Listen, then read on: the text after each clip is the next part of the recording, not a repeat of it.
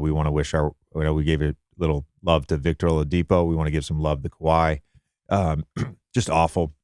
And I know yesterday we talked about this on First Take, his situation. And I brought up the word empathy. And, I'm going to go on a little tangent here, and I apologize because we're going off mailbag. But as an athlete who has been hurt and as an athlete who's had a couple serious injuries, nothing like a torn quad tendon, nothing like a torn meniscus, nothing like a torn ACL. I know the rehab process. I know being away from the team. I know being not able to do something you love. It's grueling, man. It really is. And the guys that continuously are having these injuries like Vic and like Kawhi, I feel for them. Yeah. And the other thing I want to say is, Mad Dog, and I'll talk to Mad Dog about this in person. I'm not throwing digs at Mad Dog. Mad Dog brought up Larry Bird playing through a concussion. He brought up Kevin McHale playing through a hairline fracture in his foot. And it's interesting because, look, I do think I'm not saying the game was easier. I'm not saying that. I'm saying there's a reason guys were able to play through stuff. Medical knowledge for one. The style of play of the game. The game back in the 80s was very, and this is not in reference to Larry Bird. This is more in reference to Kevin McHale. The game back in the 80s was very linear, right? You're playing Lakers in the finals. It's fucking up and down. And then in the half court, you're playing a little box. You're playing a little box around the paint. The Celtics had a play where they would put Kevin McHale, Robert Parrish, and Larry Bird. Two of them would be on one block and one would be on the other block. And they would just set back screens for each other until one of them got the ball in the post. That's not today's NBA. I know what is required to play in today's NBA.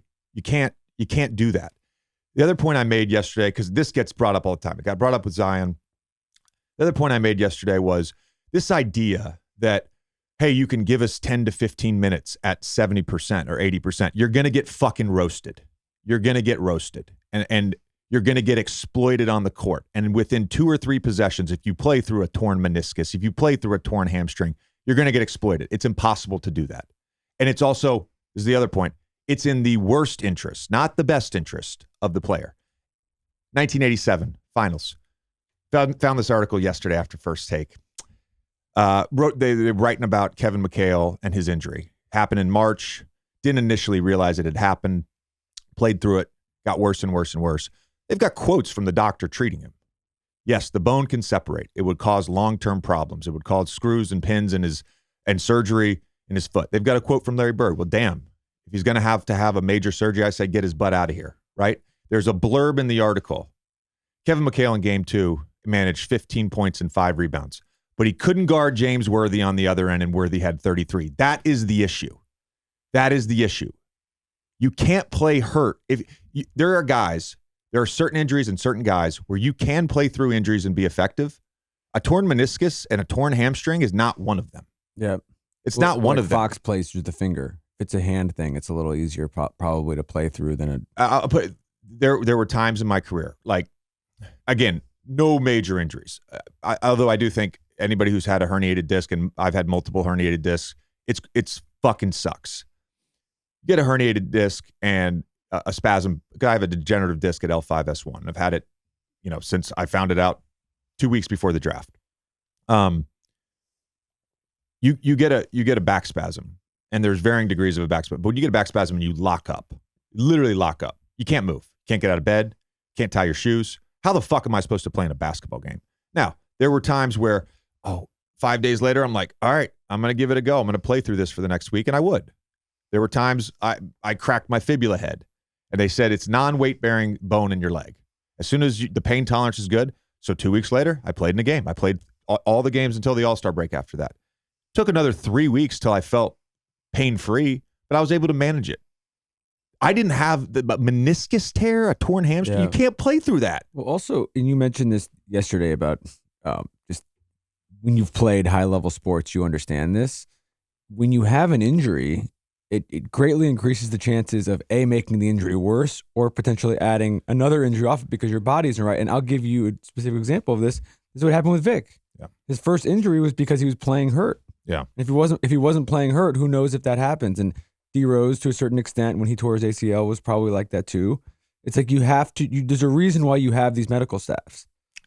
KD, I mean, he had a calf injury that he was nursing, ended up tearing his Achilles. Like, I hate talking about these injuries because I actually feel sick to my stomach. It's gross. It's gross. The point about the cumulative effect is great too, because I think injuries beget injuries. And Todd Wright, who's an absolute legend in the sports performance space, longtime UT head trainer, went to Philly, worked with him in Philly. He's now head of sports performance with the Clippers. He always used to say to me, "You guys are master compensators." That's what he would say. You guys figure out ways to play. And the bad part about that is eventually that leads to a serious injury. Yep. And going back to Kawhi, I know he's got a long road ahead, and I know he's going to load manage for the rest of his career. But Jesus, man, I just want to see him on the court. He's fucking that good.